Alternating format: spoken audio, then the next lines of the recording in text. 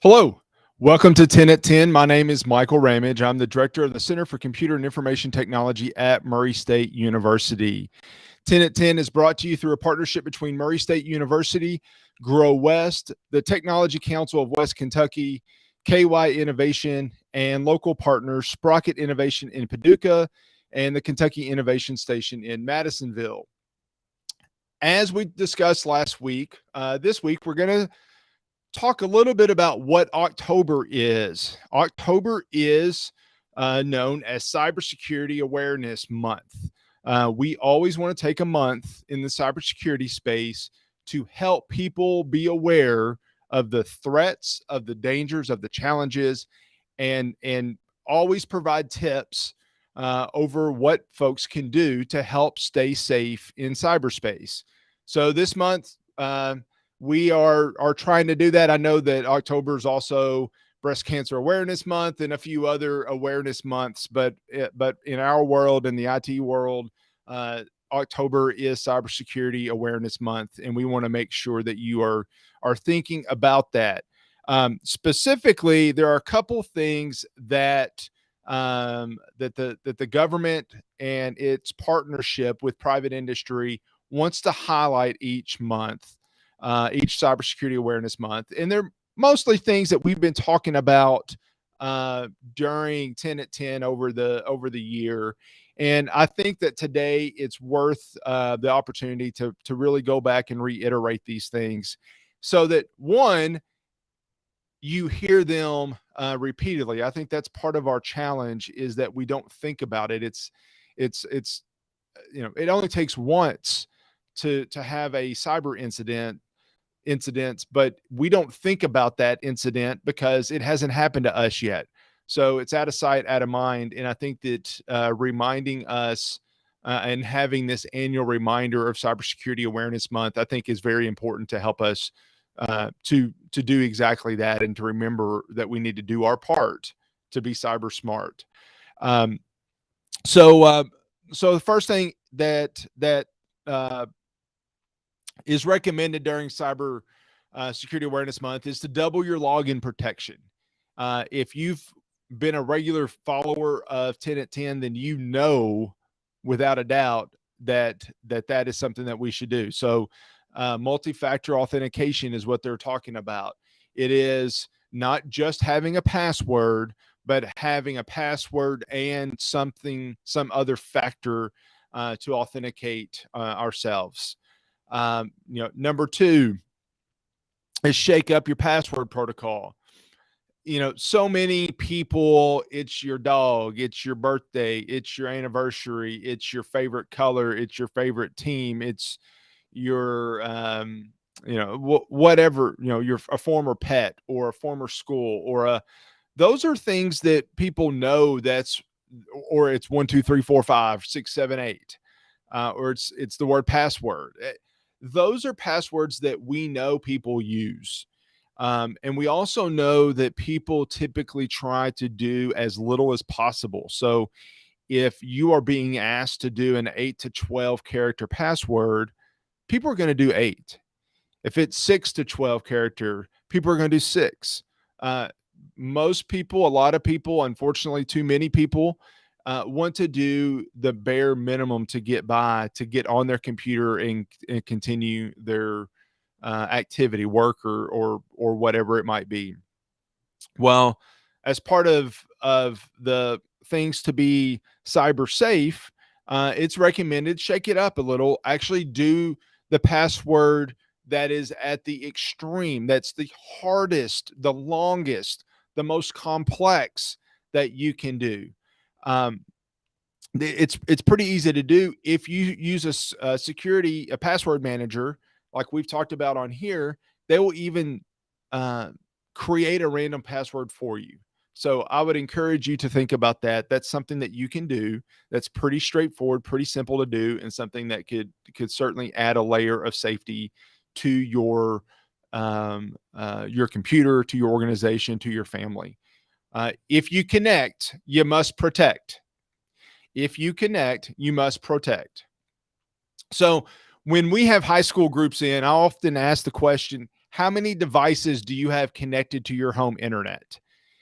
And very regularly will I hear from students that say, I have 20, I have 30, I have more than that connected to the internet. Well, here's the catch. Here's the caveat. If it's connected to the internet, whether that is through um, your home network or that's through your company network, if it's connected to the internet, it has to have protection on it. You have to consider it. That means updating malware detectors, virus detectors, antivirus software. That means updating to the latest operating system, even if it's firmware, updating all of those types of devices, because all of those devices are an avenue that a bad actor could use to break into our system, break into our network, break in and steal private information. So if you're connecting, you got to protect it. I find this phrase funny. Play hard to get with strangers. Um, and actually, what we mean there is, if you get an email from a stranger, if you get a Facebook request from a stranger, if you get somebody calling on the phone and asking you, "Hey, what's your phone number, or what's your email address, or what's your password, or what is your birth date? I just want to verify your information. What's your social security number?" Obviously, we should not fall for those. If you don't know if you don't know the person and they're a stranger, play hard to get. Make it really hard for them to get that information. Part of the way that we make it easy for those strangers to get our information is that we share it on Facebook. Around here last week for many schools was fall break, and the number of people that posted pictures daily on their vacations was remarkable. That just makes it easy for people to find information out about you. It finds often it'll find out that, one, obviously you're not home. Two, they'll find out based on pictures what you like to do, what your favorite things are, what's your favorite sports team, because you may have on a sports team shirt on your in one of the pictures. There's a lot of things, your family members, your how many kids you have. There's a lot of information that you give out when you post your vacation pictures. Now, I'm not saying don't do it. I do it. There's a lot of folks that do it, but I'm saying is to make sure that your profiles, your social media profiles, are protected in a way that it just makes it harder for those strangers to get that information. It's not that hard to do, simple steps, but you should think about it. Number 5, never click and tell.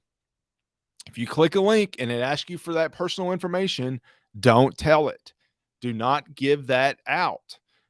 You want to make it really hard for those people to share that information.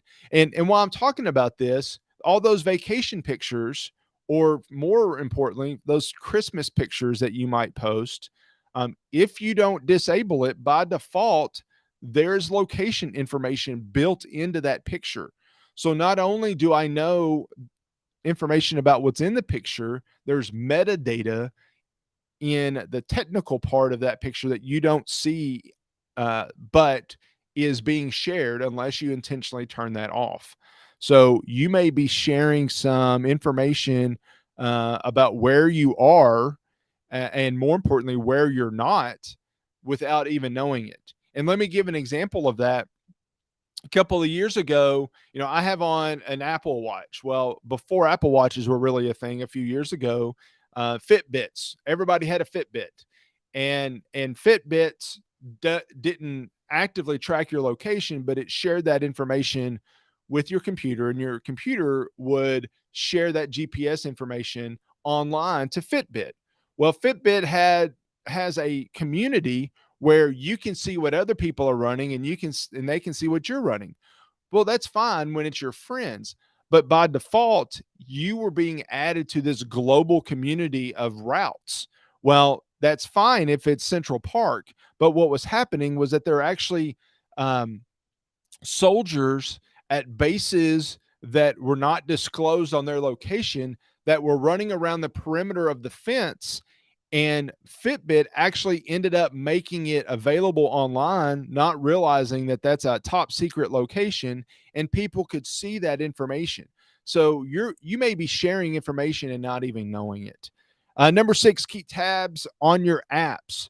Make sure you know what's running in the background. If you don't need it running, turn it off, because it only is going to, one, eat up resources, computer resources, your mobile device resources, but two, it has that chance of sharing your location or sharing personal information, sharing information about what you're doing when you don't necessarily need that um, to be shared.